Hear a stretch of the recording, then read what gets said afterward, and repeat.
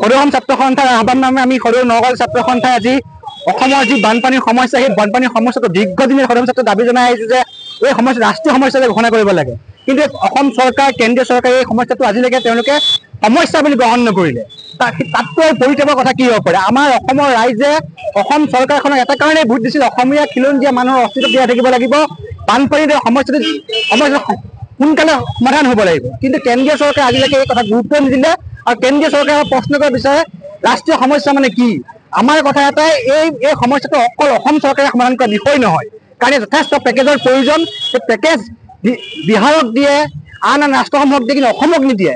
আমি দাবী জনাব বিচাৰিছোঁ সম্পূৰ্ণভাৱে এই যিটো বানপানীৰ সমস্যা সেই বানপানীৰ সমস্যাটো কেন্দ্ৰীয় চৰকাৰে গ্ৰহণ কৰিব লাগে আৰু ইয়াত যথোপযুক্ত পেকেজ ঘোষণা কৰিব লাগে। অসম ছাত্ৰ সন্থাৰ আহ্বান মৰ্মে নগাঁও জিলা ছাত্ৰ সন্থাই অসমৰ বান সমস্যাৰ স্থায়ী সমাধান বিচাৰিছো। অসমৰ কেন্দ্ৰীয় চৰকাৰে প্ৰত্যেকবাৰেই আমাক বিভিন্ন ক্ষেত্ৰত ঘোষণা কৰি আহিছে। কেন্দ্ৰীয় চৰকাৰে বান সমস্যাৰ ক্ষেত্ৰত ডাঙৰ পেকেজ অসমক দিয়া নাই। বেলেগ ৰাজ্যক হাজাৰ হাজাৰ কোটি টকাৰ পেকেজ দিয়ে, অসমক পেকেজো নিদিয়ে। অসমৰ বান সমস্যাক স্থায়ী সমাধান নকৰে। অসমৰ বান সমস্যাক স্থায়ী সমাধান কৰিবলৈ আমি দাবী জনাইছো।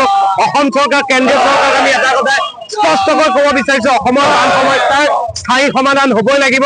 অসমৰ বান সমস্যা ৰাষ্ট্ৰীয় সমস্যা ৰূপে স্বীকৃতি দিয়ক আৰু অসমৰ বান সমস্যা এই বছৰ বান সমস্যাত ক্ষতিগ্ৰস্ত হোৱা ৰাইজক সকলোকে ক্ষতিপূৰণ প্ৰদান কৰক আৰু বান সমস্যাক ৰাষ্ট্ৰীয় সমস্যা হিচাপে প্ৰদান কৰক।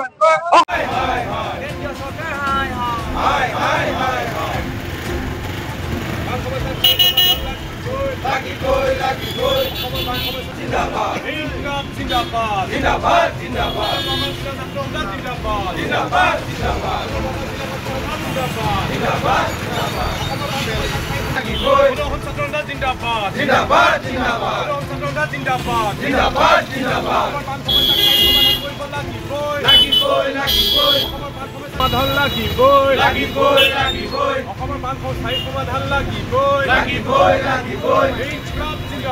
জিন্দাবাদ